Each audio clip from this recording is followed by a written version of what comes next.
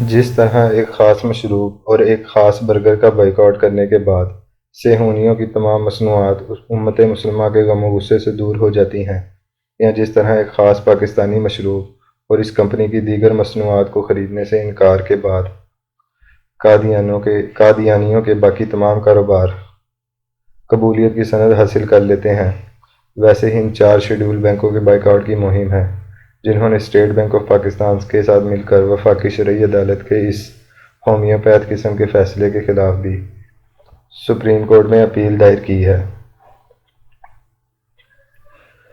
فرض کر لیا جائے کہ یہ چاروں بینک اگر اس عوامی دباؤ کے تحت اس اپیل کا حصہ نہ بنے تو کیا اکیلا state bank of Pakistan supreme court کا دروازہ نہیں کھٹکھٹائے گا؟ یہ اسٹیٹ بینک کیا ہے؟ کیا یہ کوئی عالمی ادارہ ہے یا کسی بڑی عالمی قوت کا سفارت خانہ ہے کہ جو حکومتی اختیار سے بالاتر ہے؟ ہرگز ایسا نہیں ہے۔ کسی بھی ملک کا اسٹیٹ بینک دراصل اس ملک کے عوام کے سرمایہ کا محتاج اور اس سرمایہ کے تحفظ اور قواعد و ضوابط کے مطابق چلانے کا ذمہ دار ہوتا ہے۔ اس کی حیثیت، مقام اور مرتبہ ایک ملازم یا منشی کا ہوتا ہے جو عوام کے منتخب نمائندوں یا قانونی حکومت کی خواہشات اور ہدایات کے مطابق منوعاً عمل کرتا ہے۔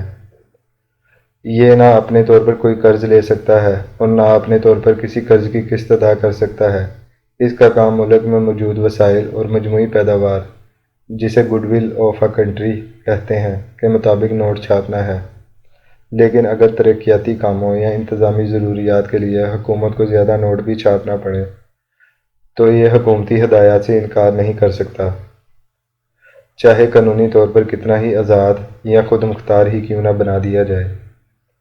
یہ آئین پاکستان کے تحت قائم شدہ ایک ادارہ ہے اور یہ the state bank of Pakistan act 1956 کے مطابق کام کرتا ہے۔ یہ وفاقی حکومت کا ایک ذیلی ادارہ ہے جس کے ایکٹ میں پارلیمنٹ اپنی سادہ اکثریت کے ساتھ جس وقت اور جو چاہے ترمیم کر سکتی ہے۔ کسی گورنر اسٹیٹ بینک کو کسی بھی پالیسی معاملے میں فیصلہ کرنے کا اپنے طور پر کوئی اختیار حاصل نہیں۔ یہ صرف شرح تبادلہ ایکسچینج ریٹ کی پالیسی بنا سکتا ہے جس کی منظوری بھی وفاقی حکومت نے دینا ہوتی ہے۔ اس مملکت خدا داد پاکستان کے تمام کمرشل بینک، اسلامی کمرشل بینک، معاشی ادارے، مائکرو فائنانس بینک اور ایکسچینج کمپنیاں اسی اسٹیٹ بینک کی منظوری سے قائم ہوتی ہیں اور پارلیمنٹ کے بنائے ہوئے قانون بینکنگ کمپنیز آرڈیننس 1962 کے تحت اسٹیٹ بینک ہی ان کے تمام اداروں کے کاروبار کا نگران ہوتا ہے۔ بینکوں کو قانون کے مطابق چلانے اور عوام کے سرمایہ کا تحفظ کے لیے اسٹیٹ بینک کے پاس وسیع اختیارات ہیں۔ ایسے میں وہ لوگ جب بینکوں کا بائیکاٹ کر کے یہ تاثر دینے کی کوشش کر رہے ہیں کہ شرعی عدالت کے فیصلے کے خلاف شہباز شریف، زرداری، مولانا فضل الرحمان اور دیگر سیاسی جماعتوں کی حکومت اپیل میں نہیں گئی ہے، بلکہ یہ تو چند شرارتی قسم کے بینک ہیں جنہوں نے اسٹیٹ بینک کو آگے لگا کر یہ حرکت کی ہے۔ جلوس نکالنے، جلسے کرنے، بینکوں کے نام لکھ کر ان پر پاؤں رکھ کر تصاویر بنانے کی حد تک ہے۔ اس وقت پاکستان میں 22 شیڈول بینک ہیں جن کے خلاف شرعی عدالت کا فیصلہ آیا ہے۔ ان تمام بینکوں میں اسلامی بینکنگ، جیسے کوئی بڑے سے بڑا مفتی بھی اسلامی بینکنگ نہیں کہتا بلکہ غیر سودی بینکاری کہتا ہے، کے لیے مفتیان اکرام کو ایڈوائزر رکھا گیا ہے۔ اس شرعی بینکاری کی نگرانی کے لیے اسٹیٹ بینک آف پاکستان میں ایک شریعہ بورڈ بھی قائم کیا گیا ہے۔ اس سے پہلے کہ ہماری مذہبی جماعتیں عوام سے اپیل کرتی کہ وہ 4 بینکوں سے اپنی رقم نکلوائیں، ان تمام مفتیان کرام سے دست بستہ عرض کیا جانا چاہیے تھا کہ تمام مفتیان کرام کم از کم ان شیڈول بینکوں کی شرعی ایڈوائزری سے نکل جائیں۔ ایک تو ان کے کاروبار کو شرعی عدالت ناجائز قرار دے چکی ہے اور دوسرا یہ کہ تمام بینک بیک وقت دونوں نظام ایک ساتھ چلا رہے ہیں اور علیحدہ علیحدہ کھاتے تو دور کی بات ہے، اسٹیٹ بینک سطح پر بھی کوئی علیحدہ اسلامی اور غیر اسلامی کھاتوں کی رپورٹیں موجود نہیں ہیں۔ یہ ایسے عجیب و غریب ادارے ایک ایسی دکان کی طرح ہیں جس کی 2 کھڑکیاں ہوں، ان میں سے ایک پر بکرے کے گوشت کی تختی لگی ہوئی ہے اور دوسرے پر خنزیر کے گوشت کی تختی، اور اسٹور میں گوشت کا ایک ہی ڈھیر موجود ہے۔ ان مفتیان کرام کے ان بینکوں سے بحیثیت شرعیہ ایڈوائزر نکل جانے کے بعد عوام کو یہ اعتماد ضرور حاصل ہوگا کہ شرعی عدالت کے فیصلے کے بعد تمام بینکاری مکمل طور پر سودی ہو چکی ہے۔ وہ اگر اس میں سرمایہ رکھیں گے بھی تو ایک کراہت اور نفرت کے ساتھ۔ دنیا بھر کے عالمی سودی مالیاتی نظام کو اسلامی غلاف پہنانے کا جو کام کئی دہائیوں سے جاری تھا، اب اسلامی بینکاری کے نام سے ایک تناور درخت بن چکا ہے۔ یہ الگ بات ہے کہ بینکاری اپنے مقاصد اور عمل دونوں لحاظ سے ایک بڑے نظام زندگی کے ایک پرزے کی حیثیت رکھتی ہے، اس لیے کہ اس کو موجودہ شکل میں مسلمان بنانا ممکن نہیں ہے۔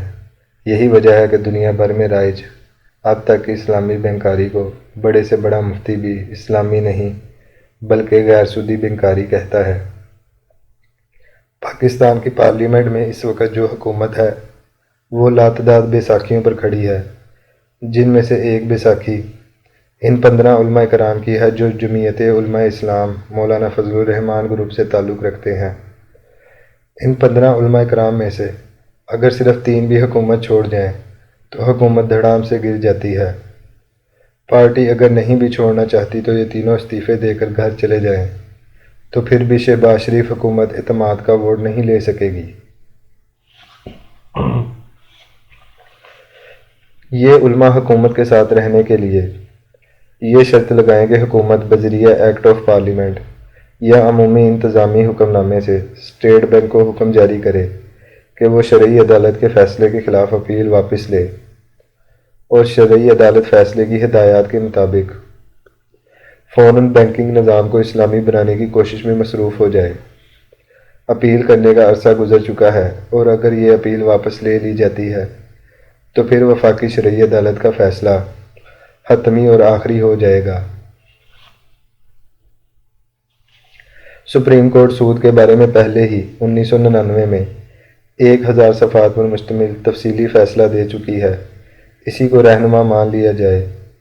کیوں بعد کے نظر ثانی کے فیصلے میں مقدمہ واپس شریعت کورٹ میں آیا تھا اور شریعت کورٹ نے بھی 28 اپریل 2022 کے اپنے فیصلے میں اپنے 1992 کے ہی فیصلے اور سپریم کورٹ کے 1999 کے فیصلے سے ایک بار پھر اتفاق کیا ہے۔ گویا اب 3 فیصلے سود کے خلاف آ گئے، 2 شریعت کورٹ کے فیصلے اور 1 سپریم کورٹ کا۔ اب دوبارہ سپریم کورٹ میں لڑنے کا مطلب یہ ہے کہ ایک بار پھر پوری قوم کو 20 سال کے لیے ٹرک کی بتی کے پیچھے لگا دیا جائے۔ بینکوں کا نہیں، اس پارلیمنٹ اور حکومت کا بائیکاٹ کرو جس کے تحت یہ بینک چلتے ہیں۔